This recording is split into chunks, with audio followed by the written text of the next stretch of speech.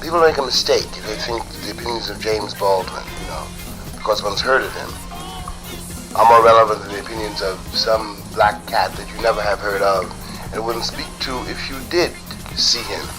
Ralph Ellison told you a long time ago, long before I did, what it was like to be the invisible man.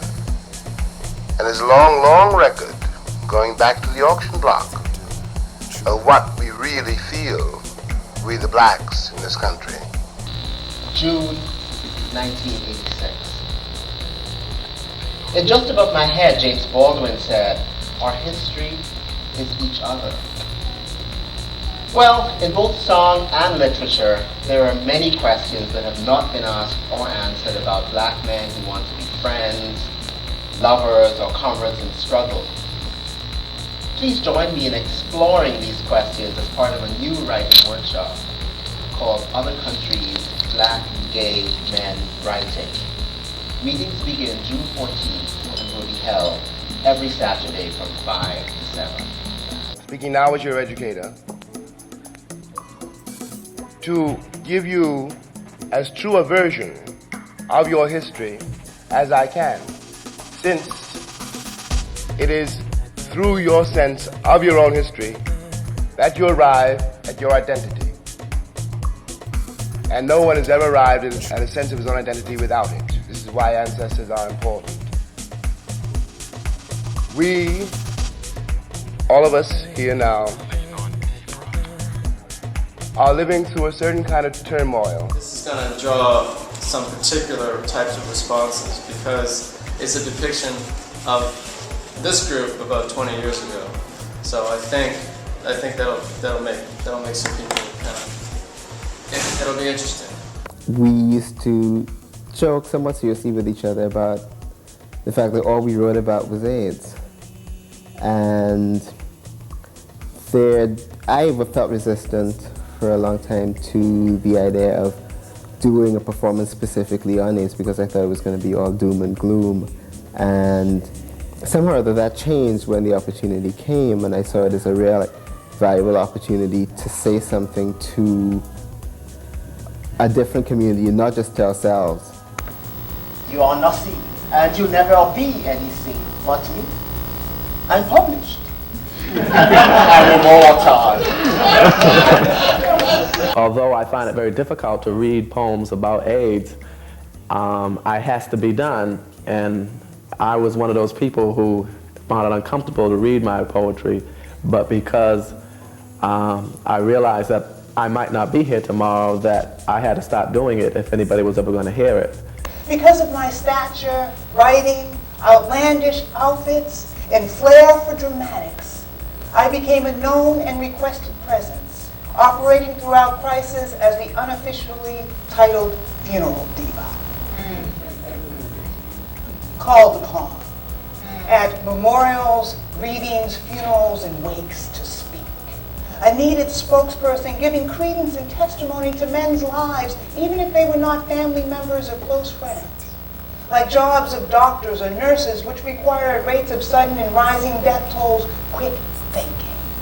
At the funeral of poet activist Craig Harris, who worked tirelessly on the front lines against the AIDS epidemic at GMHC, but in off hours was a true diva who smoked long, thin cigarettes and drank champagne between trips to the hospital and bouts with KS and pneumonia.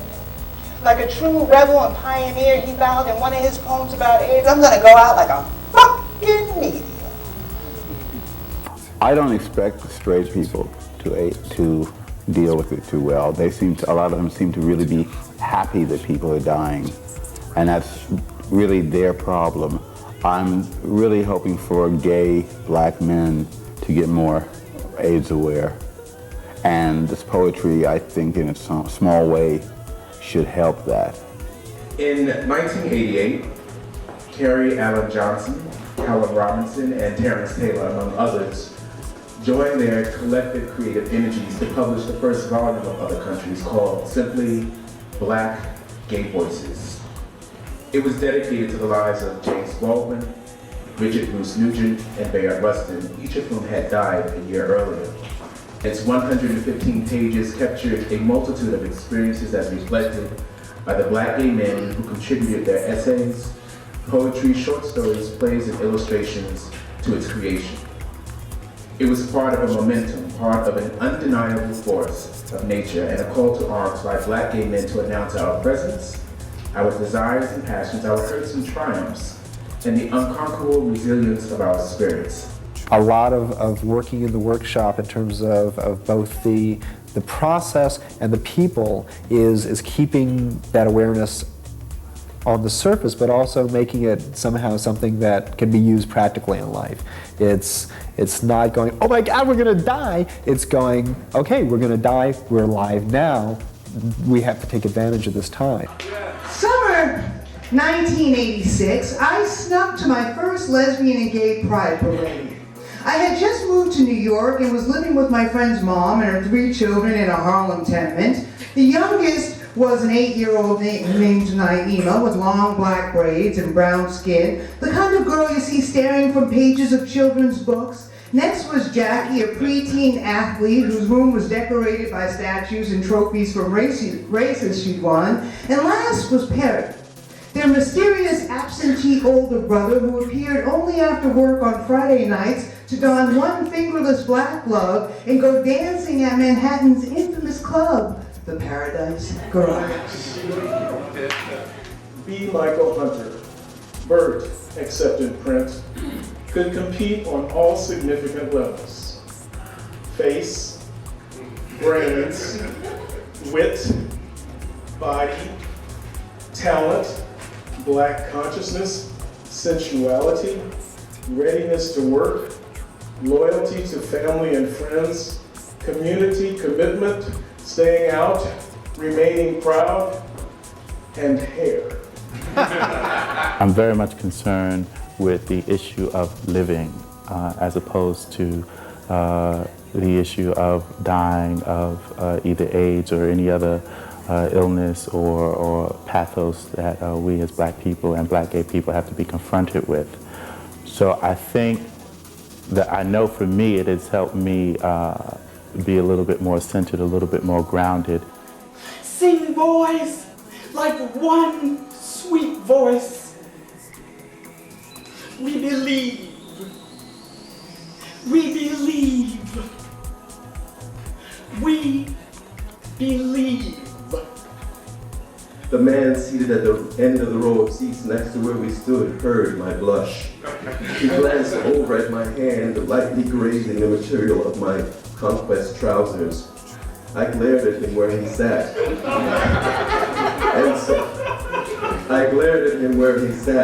And saw jealousy clenching little fists behind his eyes.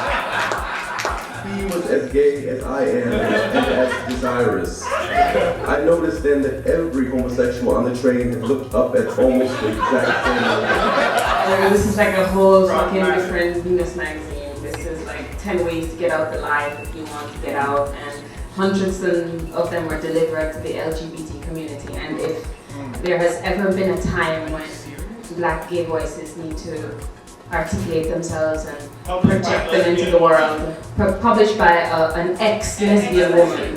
Wow. All I have to say is wow. I can say wow and then sit down, because just being here tonight, the energy in this room is incredible. Seeing people, it's like special going on. I joined other countries in 1986. After I come back from 2 years in the Peace Corps, I came back to a New York that was a confusing place. And I swear to God that those Saturdays were the difference between life and insanity for many of us who were trying to figure out how, as young Black gay men, we found a future for ourselves in a world that wasn't offering us much of a future at that point. And some miraculous things happened in that workshop, and so it's a blessing to have been part of it. I'm very grateful.